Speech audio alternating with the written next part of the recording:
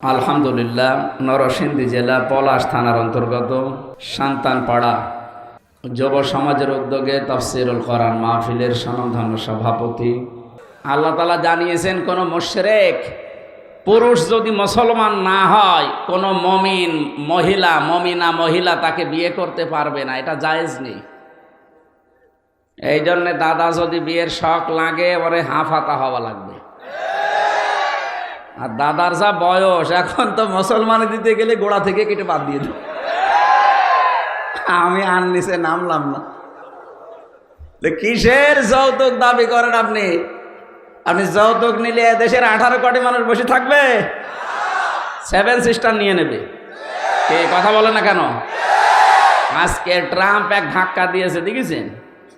15 থেকে 16 লাখ ভারতীয় যারা বৈধ অবৈধ জায়গায় আছে, এদের নাগরিকত্ব বাতিল করে দেশে পাঠিয়ে দেবে। এটা আজকের সকালের সংবাদ। মাথা খারাপ হয়ে গেছে দাদা, এমনি এদিকে বিয়েও করতে পারছে না, ওদিকে যদি 16 লাখ চলে আসে, আমাদের আসলে খুব বেশি হলেও 4000 আসবে, আর ওদের 16 লাখ। একবারে যদি 16 লাখ মানুষ এসে রাজপথে দাঁড়িয়ে বলে, দাদা হয় নামেন, না আমাদের আবার কি করবেন করেন, ও তো পাগল হয়ে এমনি মরে যাবে। এই জন্য মানুষ যখন পাগল হয়ে যায়, তখন তার মাথা ঠিক থাকে না। এক লোকের গরু হারিয়েছিল, উর্দু শ্বাসে দৌড়াচ্ছে, ছেলের সাথে রাস্তায় দেখা, ডাক দিয়ে বলছে, আব্বা এত জোরে দৌড়া। ওলা রে ভাই, গরু হারিয়েছে। যেই বলেছে ভাই, ও তো চিন্তা কি গো, বাপ আমারে ভাই ডাকলো। বাড়িতে গিয়ে বলছে, মা আমি মারা যাব। কেন? আমার আব্বা আমাকে ভাই ডেকেছে। ও এই কথা, ও আসো। বাড়িতে এসেছে, বলছে, ওগো তুমি নাকি ছেলেকে ভাই বলে ফেলিস, তোমার মাথা ঠিক আছে? বলছে, ওরে মা, গরু হারালে এরকম হয়? মাত্র 60-70 হাজার টাকার গরু, এ হারিয়ে গেলে ছেলেকে ভাই বলে ফেলছে, বউকে মা বলে ফেলে। তো এরকম সাজানো গোছানো জিনিস এতদিন চালাচ্ছিল, এখন হারিয়ে গেছে, মাথা ঠিক থাকার কথা। এই জন্যই তো এত মিথ্যা ছড়াচ্ছে। ধন্যবাদ জানাচ্ছি বাংলাদেশের গোবিন্দ পরামানিককে, এই লোকটা সঠিক কথাই বলেছি। এই 54 বছরের ভেতরে বাংলাদেশের ইতিহাসে সবচেয়ে বেশি হিন্দু নির্যাতন হয়েছে এই 15.5 বছর যারা ছিল তাদের কারণে। আমার ফাঁসি চাই। আমি মেজর ডালিম বলছি, এই 2টা বই পড়েন। আপনি যদি পড়ে বলতে পারেন যে ওদের পূর্বপুরুষ মুসলমান ছিল, আমি এখন আর কথা বলবো না। হ্যাঁ, বই যারা লিখেছে আপনাদের দলের লোক লিখেছে, মতিয়ার রহমান নিন্টু, এই কথা বলছেন এখন। এই জন্য তাদের তথ্য থেকে বলছি, ওনাদের পূর্বপুরুষ যেরকম ওই রকম, ওনারা হয়তো নিজে যে জাতি ভাইকে আজ মারছে, মন্দির ভাঙছে, আমাদের দ্বারা এটা সম্ভব না। গোবিন্দ পরামানিকের কথা আজকে সকালবেলাও দেখলাম, উনি লাইভ করেছে, বলছে বাংলাদেশে বিশেষ করে যারা আলেম ওলামা, যারা আল্লাহ বিশ্বাসী, গডে বিশ্বাসী, এই মানুষগুলো কোনোদিন কারো উপরে অত্যাচার করতে পারে না, করেও নি। যারা আল্লাহর উপরে বিশ্বাসী কিন্তু মেকি, উনি ইঙ্গিত দিয়েছে 15.5 বছরের দিকে, এই মেকি বিশ্বাসে যারা ছিলেন, এই মানুষগুলোর দ্বারাই আমাদের দেশে অত্যাচার, জুলুম, নির্যাতন সংখ্যালঘুদের ওপর হয়েছে। বাংলাদেশ জামাত ইসলামীর শ্রদ্ধাভাজন আমির ডাক্তার শফিকুর রহমান, উনি ঘোষণায় দিয়েছে, এই দেশে মসজিদ যদি পাহারা দেওয়া না লাগে, মন্দির পাহারা দেওয়া লাগবে না। কথা বলেন না কেন? এদেশে মাইনরিটি মেজরিটি বলে কিচ্ছু নেই, সব আমরা এক। এদেশে যেই জন্ম নিয়েছে সে যে ধর্মে যাক, ও দেশের বৈধ এবং সম্মানিত নাগরিক। কথা বলে না কেন?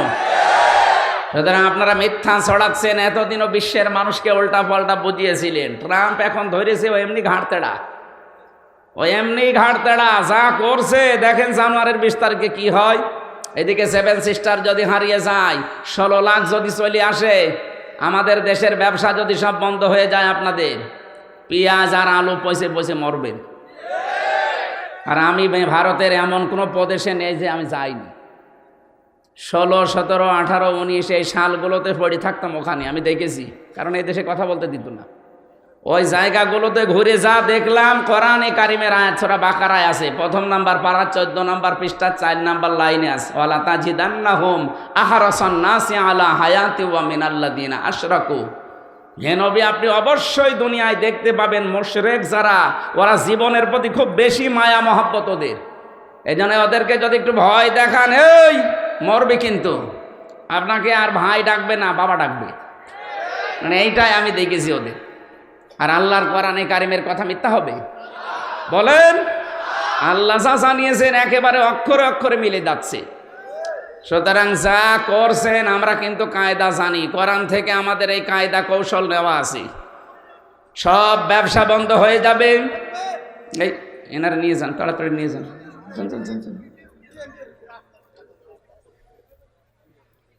আমরা যারা দায়িত্বে আছে, সরকারের প্রধান উপদেষ্টা থেকে শুরু করে, আমরা আহ্বান জানাবো অনুষ্ঠান থেকে, 18 কোটি মুসলমানের পক্ষ থেকে আমি কথা বলছি, যারাই দায়িত্বে আছেন, ভারতের সাথে আশপাশের কোন দেশের মিল নেই। আপনি একটু খোঁজ খবর নিয়ে দেখেন। পাকিস্তানের বর্ডারে ওরা মার খায়, আফগানের সাথে একটু চিকন বর্ডার আছে, সেখানেও মার খায়, চীনের বর্ডারে মার খায়, নেপালের বর্ডারে মার খায়, ভুটানের বর্ডারে মার খায়, মায়ানমারে মার খায়। এতদিন শুধু এই দাসত্বের কারণে আমাদেরকেও মারত।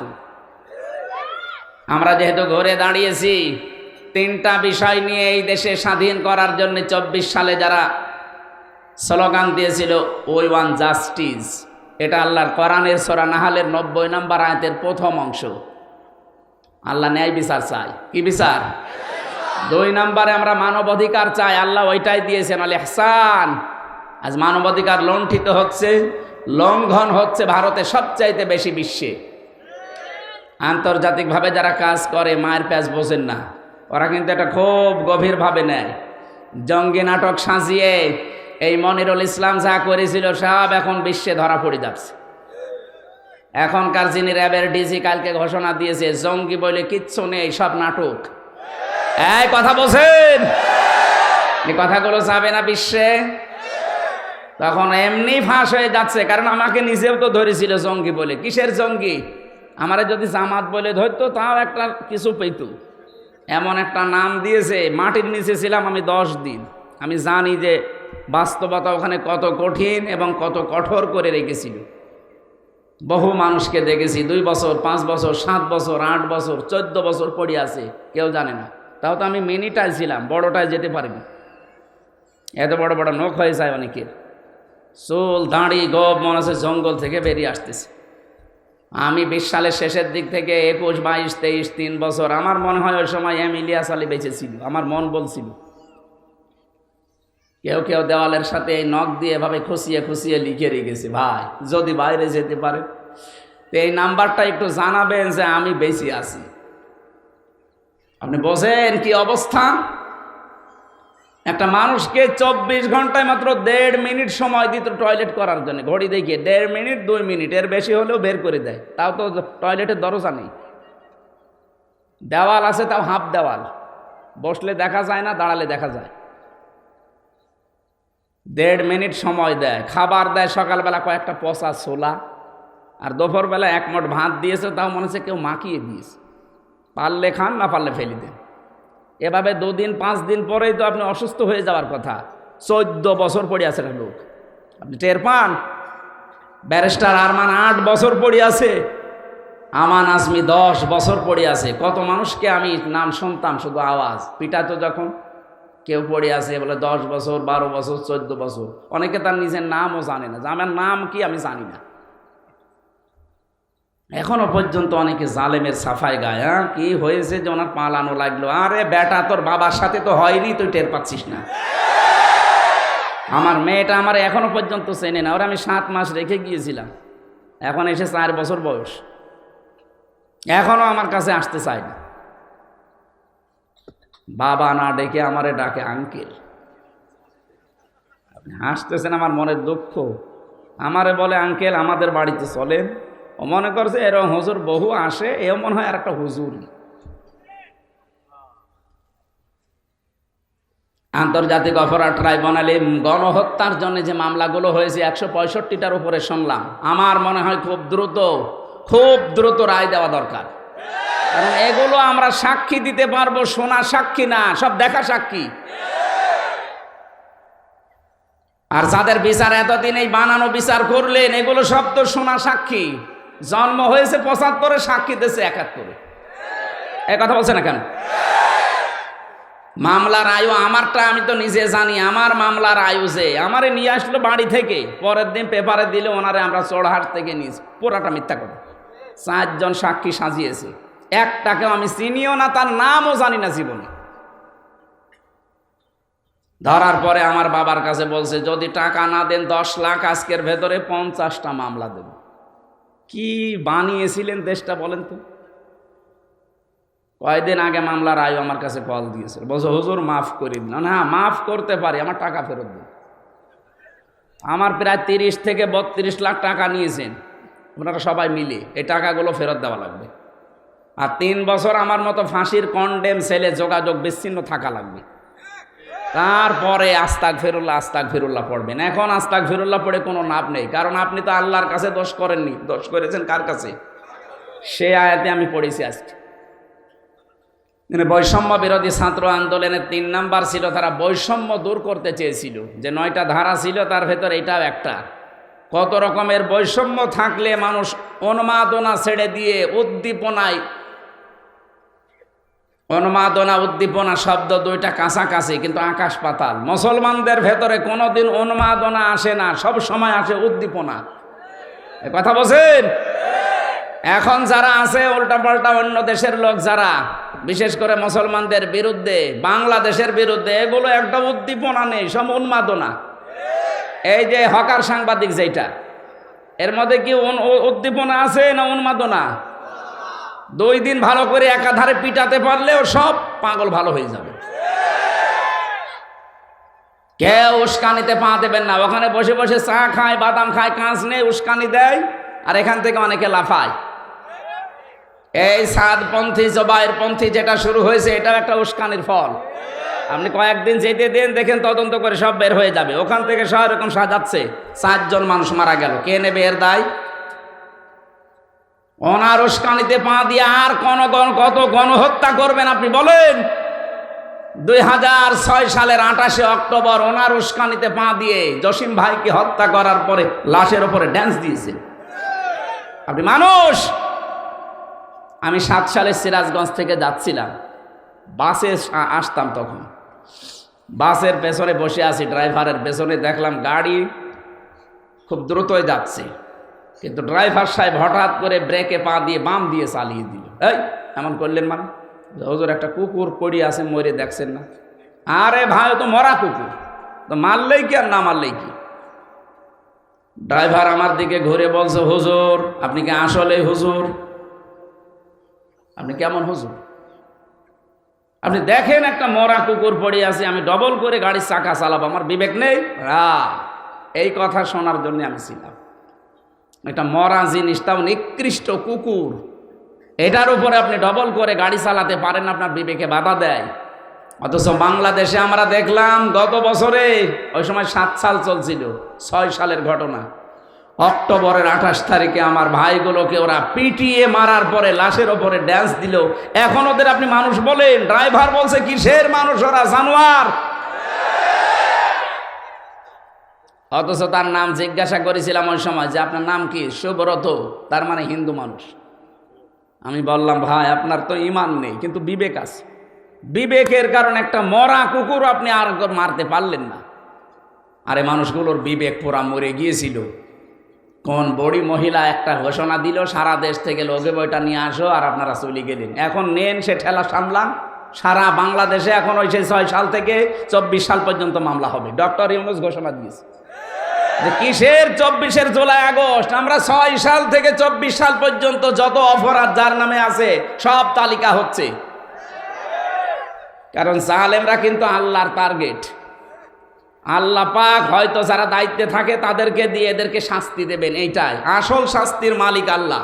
ইন্নামাস সাবিলু আলাল্লাযিনা ইয়াজলিমুনা নাস, সূরা শূরা 25 নম্বর পারা 6 নম্বর পৃষ্ঠা 13 নম্বর লাইনের 42 নম্বর আয়াতের প্রথম অংশে আছে। যত তাফসির আছে বাংলাদেশে সব মুফাসসির আয়াতের সামারাইজ এইটা দিয়েছেন। আল্লাহ রাব্বুল আলামিন বলেন, আমি নিজে মামলা দায়ের করব যারা মানুষ হয়ে মানুষের ওপরে জুলুম করেছে। আল্লাহ কিন্তু ইয়াজলিমুন আল মুসলিমুনা দেয়নি, দিয়েছে? কি আছে? ইয়াজলিমুন আন নাস। এই হিন্দু কি মানুষ না? এই কথা বলে না কেন? হিন্দু যদি মানুষ হয় তাহলে বিশ্বজিৎকে মারলেন কেন? সে তো বারবার বলছিল, ভাই কিসের জামাত ইসলাম, কিসের শিবির, আমি তো মুসলমানই না। আপনার যদি বিশ্বাস না হয় আমার কাপড় খুলে দেখেন যে অবস্থা কি। তারপরও আপনি মানেন নাই। ওকে যারা কুপিয়েছিল তারা আমার সাথে জেলে ছিল। শাওন 30 বছর এখন জেল। কি দল তো আর খবর নিচ্ছে না? যার কথা মতো এ কাজ করেছিলেন কোথায় সে মহারথী? কেউ আর খোঁজ নেয় না, এখন ঝাড়ু দিয়ে বেড়ায়। 1-2 বছর না, 30 বছর জেল খাটা লাগবে। এই জন্য কারো উস্কানিতে পা দিয়ে নিজের জীবনটা নষ্ট করেন না। ওই যে গোপালগঞ্জে একবার উস্কানিতে পা দিয়ে নেমেছিল, এমন পিটানো পিটিয়েছে পেছনে লাল হয়ে গেছে। ওই সময় দেখতাম গোপালগঞ্জ থেকে কেউ যদি ঢাকায় আসবে, বসে আসলে 300 টাকা, দাঁড়িয়ে আসলে 1000 টাকা। আপনি বসবেন কি করে? পেছনে তো বসার মতো কায়দা রাখেনি। আমার মনে হয় ওরকম আর একবার দেওয়া দরকার। উস্কানিতে যেই পা দেবে তারে এমন ভাবে লাল করা দরকার ও যেন অন্তত বসতে না পারে। দেশটা শান্ত হয়ে যাচ্ছে। ওয়ালা তুফসিদু ফিল আরদি বাদা ইসলাহিহা। পৃথিবী শান্ত হয়ে যাওয়ার পরে যারা অশান্ত করার চেষ্টা করে এরা আল্লাহর মামলার আসামি। সুতরাং আপনি আমির হামজার মামলার আসামি না হলেও আল্লাহর মামলার আসামি হয়ে যাচ্ছে। দুনিয়াতে আপনার শাস্তি তো মাস্ট বি হবেই, কারণ জালেমকে আল্লাহ নিজে হেদায়েত দেয় না, দেখছে না, দেবেও না। ইয়াহদিল কওমাজ জালিমিন। ইয়াহদি মোজারে, বর্তমান, ভবিষ্যৎ, প্রেজেন্ট, ফিউচার। জালেমের কোনো হেদায়েত নেই। কি কথা বুঝতেছেন? আল্লাহ যেন আমাদেরকে উস্কানিতে কারো পা দিয়ে, তারা যা করেছে তাদের হিসাবে এখন তারা ঠিক করতে পারছে না। ভারতে কি অবস্থা আছে আজকের পেপার দেখেন। ভারতে যে অবস্থায় উনি এখনো পর্যন্ত আছে, বারবার বলছে দরকার হয় বাংলাদেশে যে মরণ পর্যন্ত জেলে থাকবো, তাও এই অঘোষিত জেলে আর থাকা যায় না। আপনি তার উস্কানিতে পা দেবেন। আবার কি করেছে আপনার জন্য না বলি চলে গেল। যারা আত্মীয়তার সম্পর্ক ঠিক রাখে না, রক্তের সম্পর্ক, আত্মীয়তার সম্পর্ক যারা ভঙ্গ করে, ঠিক রাখে না, যারা মানুষের উপরে বোঝা চাপিয়ে দেয়, বোঝা হালকা করে না, তাদের ভেতরে আল্লাহ একটা ভয় তৈরি করে দেয়। নবীজি যখন নবুয়ত পেয়ে আসলেন, খাদিজাতুল কুবরা এটা বলেছিলেন, হে নবী আপনি ভয় পান কেন? ইন্নাকা লা তাসিলুর রাহিমা। আপনি তো রক্তের সম্পর্ক ঠিক রাখেন। তাহমিলুল কাল্লা। মানুষের বোঝা আপনি বহন করেন, হালকা করে দেন। মানুষের বোঝা হালকা করে, মানুষের সাথে রক্তের সম্পর্কগুলো ঠিক রাখে, তাদের কোনো ভয় নেই। আপনি কে ভয় পেয়ে চলে গেলেন আমরা তো বুঝি না। অবশ্যই আপনি হাদিসের এই কথাগুলো মানেননি, আপনি রক্তের সম্পর্কগুলো ঠিক রাখেননি। কথা বলেন না কেন? এদেশে আমরা কত মানুষ আপনাকে আপা বলে ডাকতাম, কেউ কন্যা বলে ডাকতো, কেউ ভাবি বলে ডাকতো। সে যা যাই বলতাম, আমরা তো যে কোনো একটা সূত্র নিয়েই বলতাম, যে কাউকে তো বললেন না। এখন আপনার এই দেবরগুলো, এই সন্তানগুলো সব এতিম হয়ে আছে। ওই এতিম বের হলেই মার খায়। আপনি যেহেতু রক্তের সম্পর্ক, আত্মীয়তার সম্পর্কগুলো ঠিক রাখলেন না, এই জন্য আল্লাহ আপনার ভেতরে ভয় ঢুকিয়ে দিয়েছে। তাহমিলুল কাল্লা। কত বোঝা দিয়ে গেলেন এই দেশের মানুষকে, ঋণের বোঝা, কষ্টের বোঝা, দুঃখের বোঝা। এই যে 780 জন মানুষ এখনো হাসপাতালের বেডে কাতরায়, কারো পা নেই, হাত নেই, চোখ নেই, অন্ডকোষ উড়ে গেছে। এগুলো তাদের পরিবারের কাছে একটা বোঝা না? কি কথা বলছে না কেন? এই বোঝাটা আপনি দিয়ে গেলেন। আপনি তো চলে জামের বাড়িতে, আগের থেকে গেলে তো এই বোঝাগুলো দেশে তৈরি হয় না। কত ঋণের বোঝা এই দেশে আপনি দিয়ে গেলেন বলেন তো। তা তো দক্ষ হাতে লোকটা একটু চেষ্টা করছে। এত ঋণের বোঝা এই দেশে আপনি সাহেব পাড়া বানিয়েছেন, বেগম পাড়া বানিয়েছেন। নিজের দলীয় লোকজন দিয়ে এত বেগম পাড়া, এত সাহেব পাড়া আপনার লাগে। এক একজন মানুষের ফিরিস্তে বের হচ্ছে দরবেশের মতো মানুষ, 36,000 কোটি টাকা। দরবেশ যদি এটা করে, তাহলে ধরবেশ যারা, এতে কি করেছে? একটা মানুষ আপনি ভালো দেখান তো, যে এই মানুষের জীবনে ওদের দলে কিছু নেই, বলেন একটা মানুষের নাম বলেন, একটাও নেই। আমার নিজের চাচা তো প্রমাণ, 21 বছরও চেয়ারম্যানই করিস, জোর করি যেভাবেই হোক। এই যে নির্বাচনের নামে যে প্রহসন গেল, আমি স্পষ্ট বলছি 2008 থেকে 24 পর্যন্ত যারা নির্বাচনের নামে প্রহসন করে, কেউ এমপি, কেউ মন্ত্রী, কেউ উপজেলা চেয়ারম্যান, কেউ মেয়র হয়েছে, কোনোদিন আপনি পোস্টারে লিখতে পারবেন না যে সাবেক এমপি, কারণ আপনাকে আমি ভোট দেইনি। এই কথা বলে না কেন? আমি নিজে তো সাক্ষী, আমার 33 বছর বয়স, 33 বছর বয়স আমার এখন। 18 সাল থেকে ভোট আরম্ভ করলে 3 বার ভোট দিতে পারি, আমি একবারও পারিনি। কি কথা বলে না কেন? আপনি একবারে 154 জন ঘোষণা দিয়ে দিলেন, দিনের ভোট রাতে করে ফেললেন। দিনের ভোট যে রাতে হয়েছে এ কি আমি বানিয়ে বলছি? আমার সাথে এক ওসি ছিল জেলখানায়। এই লোকটা একদিন আমার ফাঁসির কন্ডেম ছেলে এসে বলছে, হুজুর আমার তাওবা হয়েছে কিনা দেখেন তো। কি তাওবা করলে? এই যে নির্বাচনে আমি বাইরে ছিলাম, রাত 12টার পর থেকে আমার যা আশপাশে লোকজন আছে, বিশেষ করে এসআই আছে, এসআই আছে, দারোগা আছে, এই যে কনস্টেবল আছে, আরও কিছু লোকজন নিয়েছিলাম, তার মানে হেলমেট বাহিনী, এদেরকে নিয়ে আমি রাত 12:30টার পর থেকে আল্লাহর নামে ভোট কাটা আরম্ভ করলাম। এই দেখেন কোরআন শরীফ আমার সামনে, এইভাবে বলছি, রাত 12:30টার পর থেকে আল্লাহর নামে আমি ভোট কাটলাম ফজরের আজান পর্যন্ত। বাক্সগুলো সব ঠিক মতো জায়গা মতো জমা দিয়ে দিলাম, গোসল করলাম, অজু করার পরে 2 রাকাত নামাজ পড়লাম, নফল নামাজ। এরপরে বললাম আস্তাগফিরুল্লাহ। আমার এই তাওবা কি হয়েছে? কিসের তাওবা? আপনি কি আল্লাহর কাছে দোষ করেছেন যে আস্তাগফিরুল্লাহ পড়ছেন? দোষ করেছেন হামজার কাছে। কি কথা বলেন না কেন? একটা এমপি বানাতে হলে 3.5 থেকে 4 লাখ হামজা লাগে, হামজা লাগে, আর হামজার বউ লাগে। আর আপনি সব হামজার বউর ভোট একা একা দিয়ে দিলেন, আর এখন বলছেন আস্তাগফিরুল্লাহ। আপনি আগে এই 3.5 লাখ 4 লাখ হামজার বউর কাছে যাবেন, যে তাদের কাছে বলবেন যে ভুল হয়ে গেছে, কারণ তাওবা হচ্ছে ওইটা, অপরাধ যেখানে স্বীকার করবেন সেখানে। এদেশে বহু মানুষ আছে, মানুষের জমি জায়গা আত্মসাৎ করে, উল্টা পাল্টা করে, কাবা শরীফে যে গিলাপ ধরে বলে আস্তাগফিরুল্লাহ। আরে ভাই, আপনি টাকা মারেন কনে আর ক্ষমা চান কনে? টাকা মারে বাংলাদেশে, ক্ষমা চায় কাবা শরীফ। ওরে পিটারও দরকার না। একেবারে সাফ কথা বলছি, তওবা যদি কেউ করতে চান, অপরাধ যার কাছে স্বীকার করবেন তার কাছে। কথা বলছেন? ওনারে বললাম আপনার জন্য ভয়ঙ্কর একটা বিষয়, আপনি মাপ চাইতে পারেন হয়তো এই 3.5 লাখ 4 লাখ হামজার বোর কাছে, কিন্তু যারা মরে গেল এদের কাছে মাপ চাবেন কি করে? আপনি তো এখনো জেলে, আপনি জেল থেকে কবে বের হবেন নিশ্চয়তা নেই। বের হওয়ার পরে দেখবেন অনেকে মরে গেছে, আপনি তাদের কাছে মাপ চাবেন কি করে? সুতরাং এই জালেমাকে টিকিয়ে রাখার জন্য যারা ডাইরেক্ট ইনডাইরেক্ট বিভিন্ন কায়দায় এদেশের মানুষের ওপরে জুলুম, নির্যাতন, অত্যাচার, খুন, গুম, বিশেষ করে আয়না ঘর বানিয়েছিলেন, আপনার কপাল পুড়ে গেছে ভাই। আমরা মাফ করে দিলে কি হবে? যারা মরে গেল ওদের কাছে মাফ চাইতে পারবেন?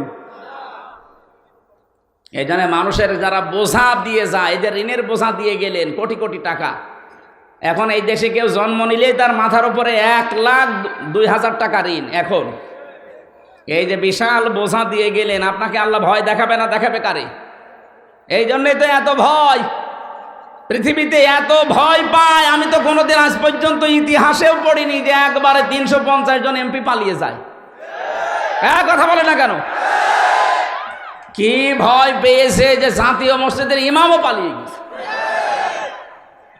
জোর করে এসেছিল কিছুদিন পরে যে আমি আবার ইমামতি করব, জুতা দিয়ে পিটিয়েছে জনগণ। পরের দিন আবার স্ট্যাটাস দিয়েছে, জুতা মেরেছে আমার গায়ে কিন্তু গায়ে লাগেনি। শয়তান যদি আমার মনে হয় থাকতো, শয়তানও হাসতো যে আল্লাহ তুমি আমার শয়তান বানিয়েছো, আমি কি করেছি? এটা আমাদের চাইতে বড় শয়তান। দেশটা রসাতলে দিয়ে গেলি।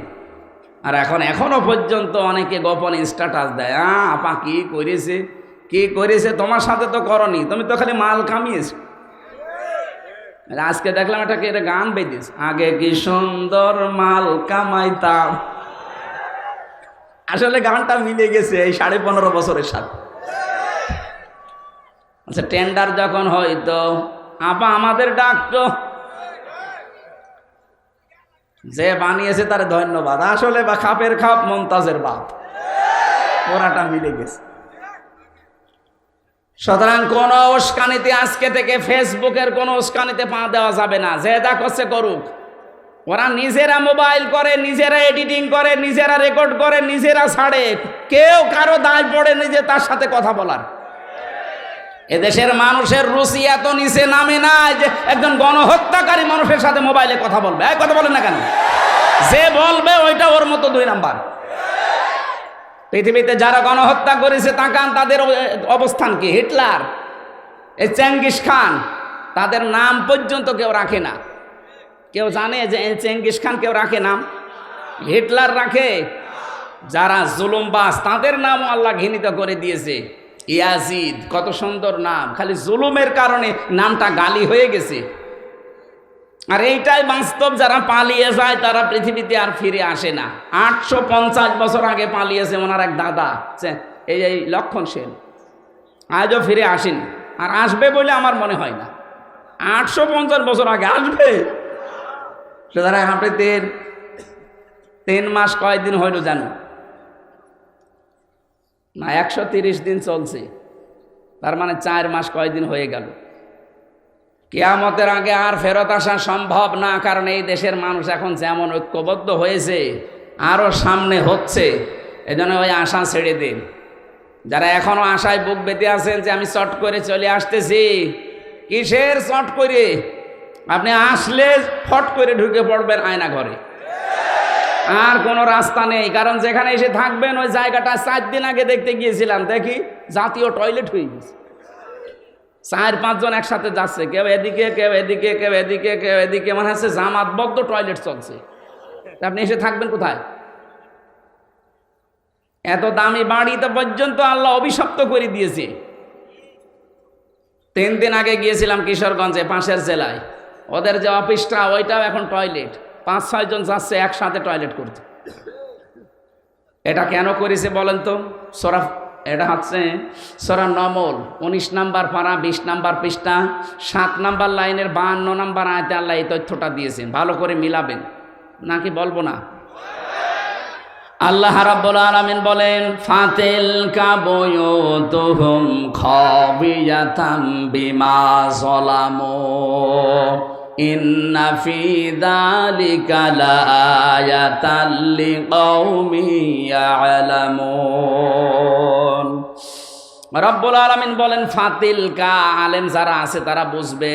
আল্লাহ যেন এভাবে আঙ্গুল দিয়ে দেখাচ্ছেন, ফাতিলকা বুয়ুতুহুম, এই সেই ঘরগুলো। বাইতন দেয়নি, বয়ুত বহু বছর। এই সেই ঘরগুলো খাবিয়াতান, আমি জনশূন্য করে দিয়েছি, আমি পরিত্যক্ত বানিয়ে দিয়েছি। এখানে ফাইলকে আরো জোরে বলেন। আল্লাহ পাক বলেন আমি পরিত্যক্ত করে দিয়েছি, এগুলো জনশূন্য করে দিয়েছি। বিমা যালামু, এদের জুলুমের কারণে। কারণ যেখানে বসে জুলুমের দুর্বিসন্ধি করা হয়, ষড়যন্ত্র করা হয়, জায়গাটা পর্যন্ত অভিশপ্ত হয়ে যায়। এটা লূত নবী আলাইহিস সালামের জামানার কাহিনী আল্লাহ শোনাচ্ছেন।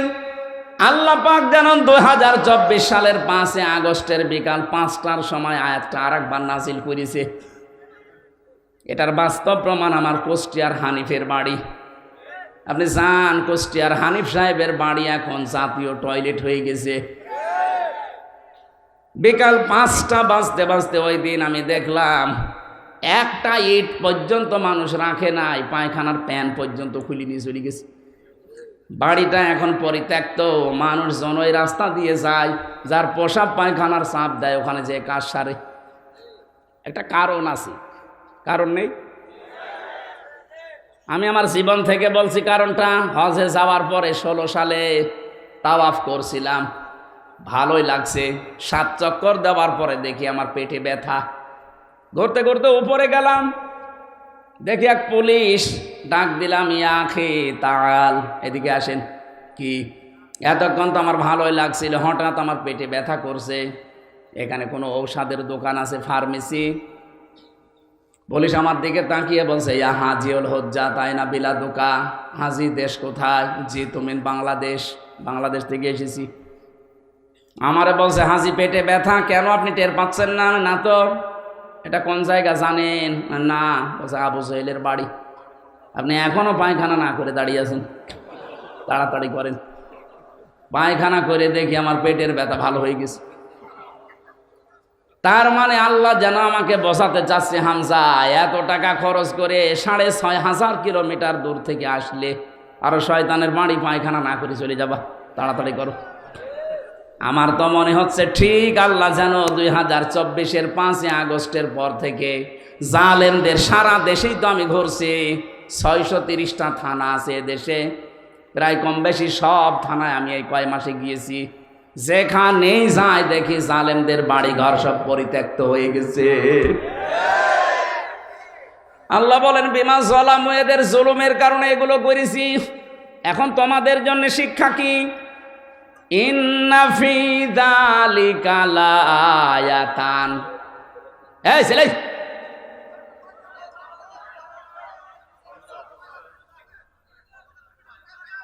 কার মোবাইল এখানে? কে বলে কি? কথা শুনলে হবে, কে দেখবেন কি? কিছু রেখেছে হাসিনা? আমারে সব শেষ করে দিয়েছে। 3টা বছর আমিও ছিলাম এই মানে আয়না ঘরের মতো, ফাঁসির কন্ডেম ছেলে, অতটুকু জায়গা 24 ঘন্টা আমারে তালা লাগিয়ে রাখত। খাওয়া দাওয়ার তো যে অবস্থা, শরীরে কতগুলো রোগ হয়ে গেছে এই কারণে। মাহফিল করতে ডাক্তার বলছে রাত 10টার পরে আপনি আর জেগে থাকবেন না, তাহলে কিন্তু ওই রোগ আবার বাড়বে। ডায়াবেটিস হয়ে গেছে প্রায় 19, 27, কমতেছে না। কমবে কি করে? খাবার দিয়েছে ওরা।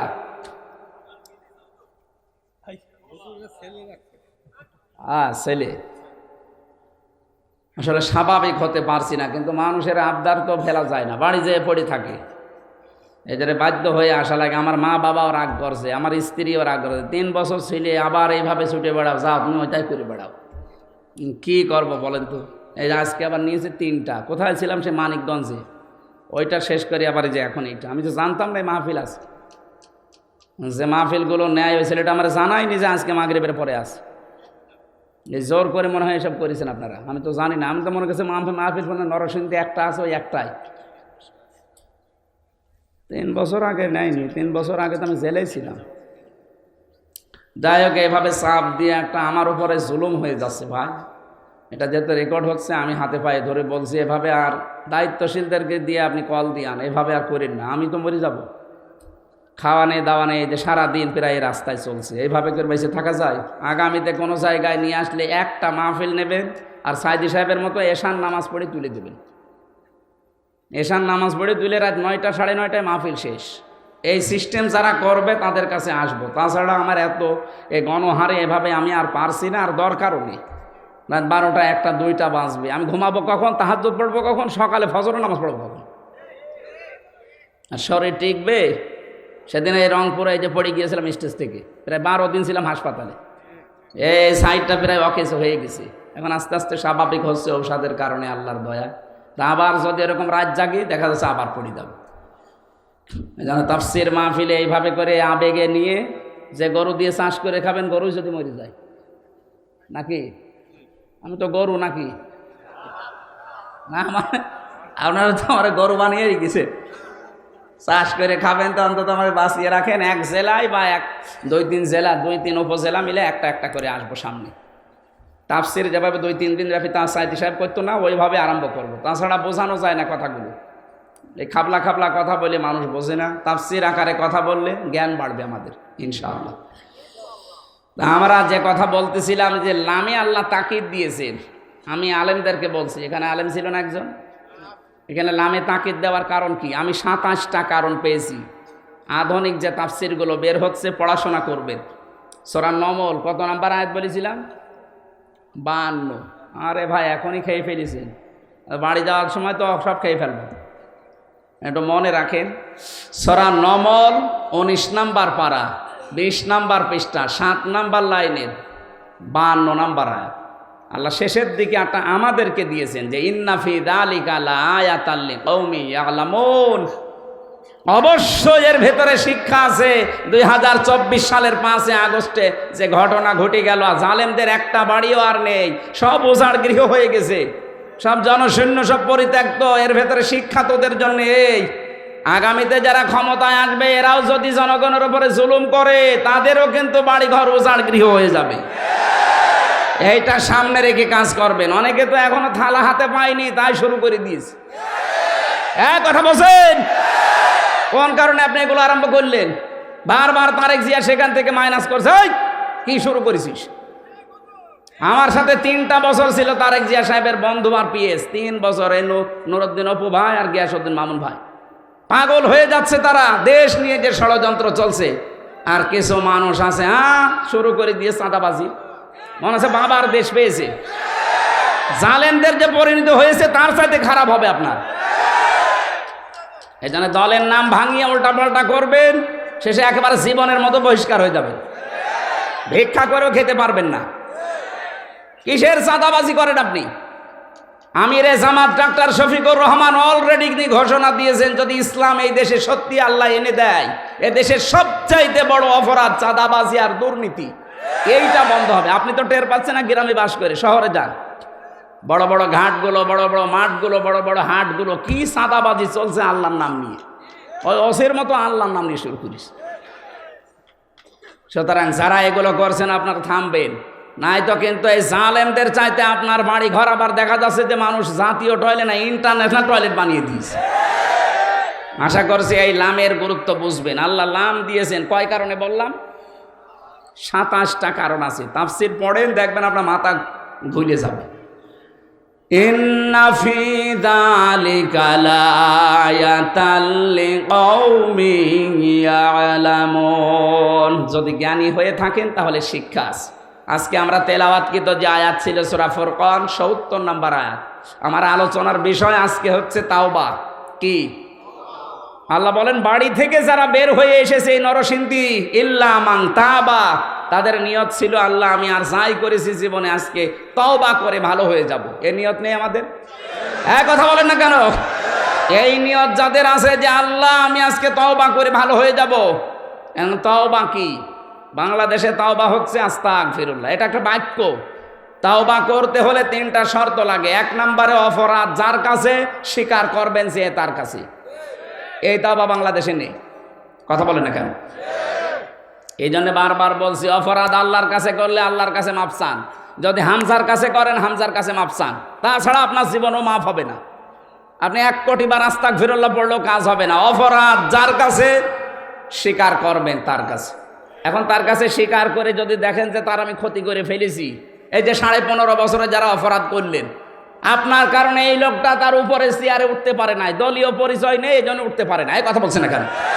আপনার কারণে এই লোকটা ব্যবসা করতে পারে নাই, এই 15.5 বছরে মিথ্যা মামলা দিয়ে, মিথ্যা সাক্ষী দিয়ে তার জীবনটা নষ্ট করে ফেলেছে।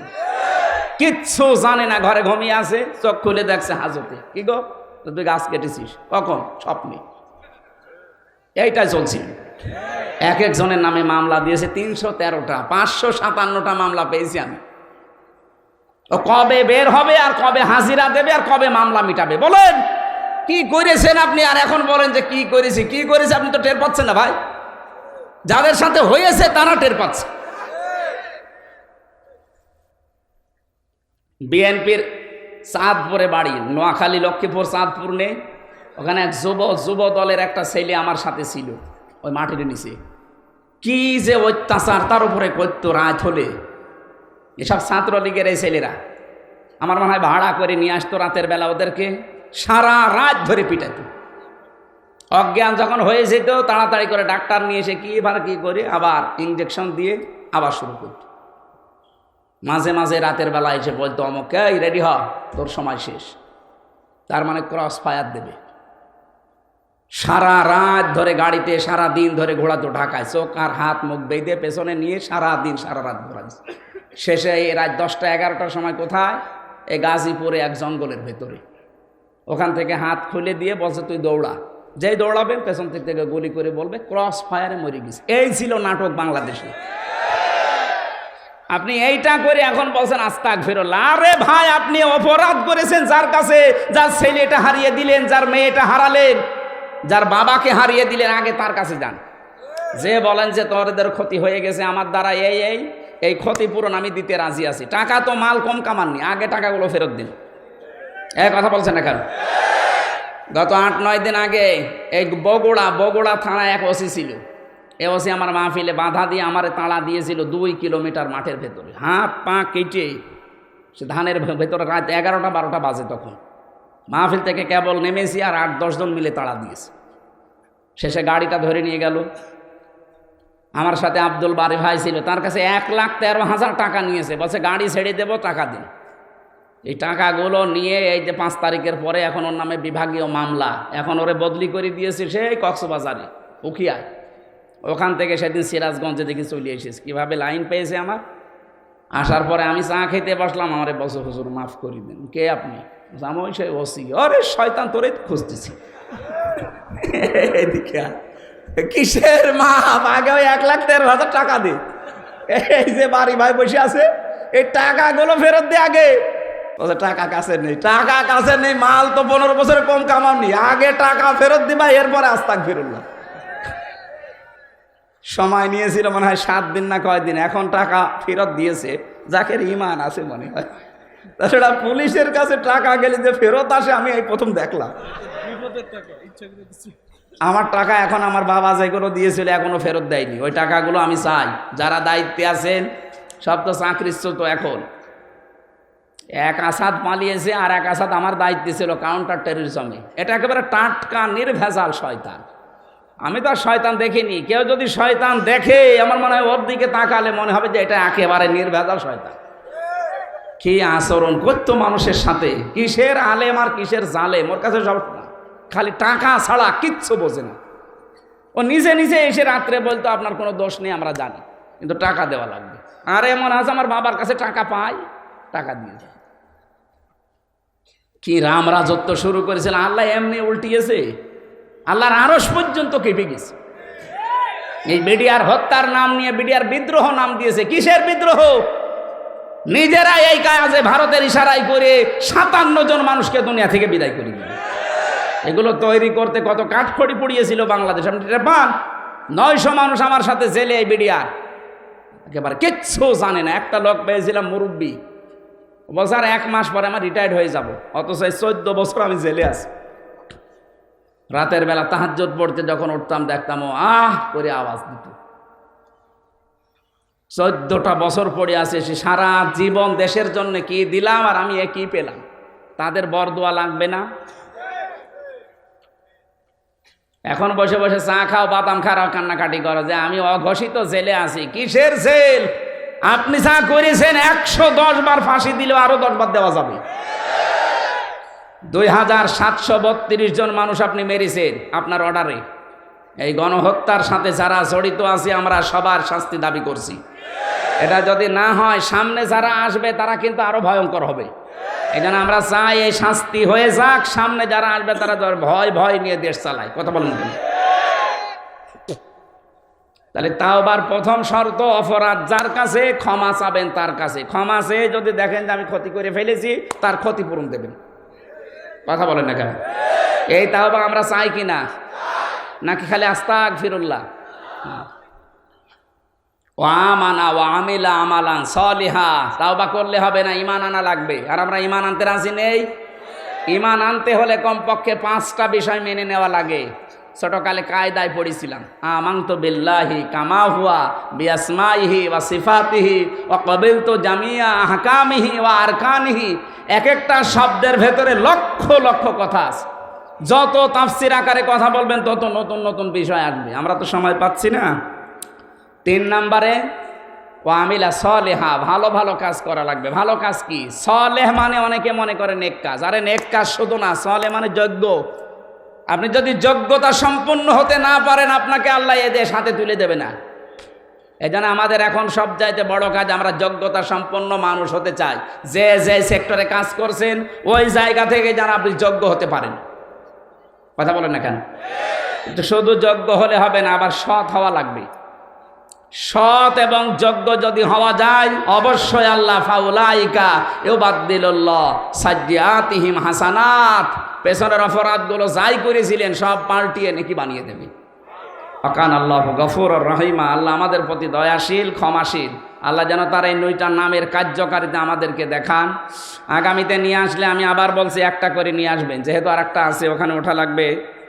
9টায় সময় দিয়েছিলাম, এখন 9:30 পার হয়ে গেছে, ওখানে যে 10টায় অন্তত ওঠা লাগবে। আল্লাহুম্মা আমিন।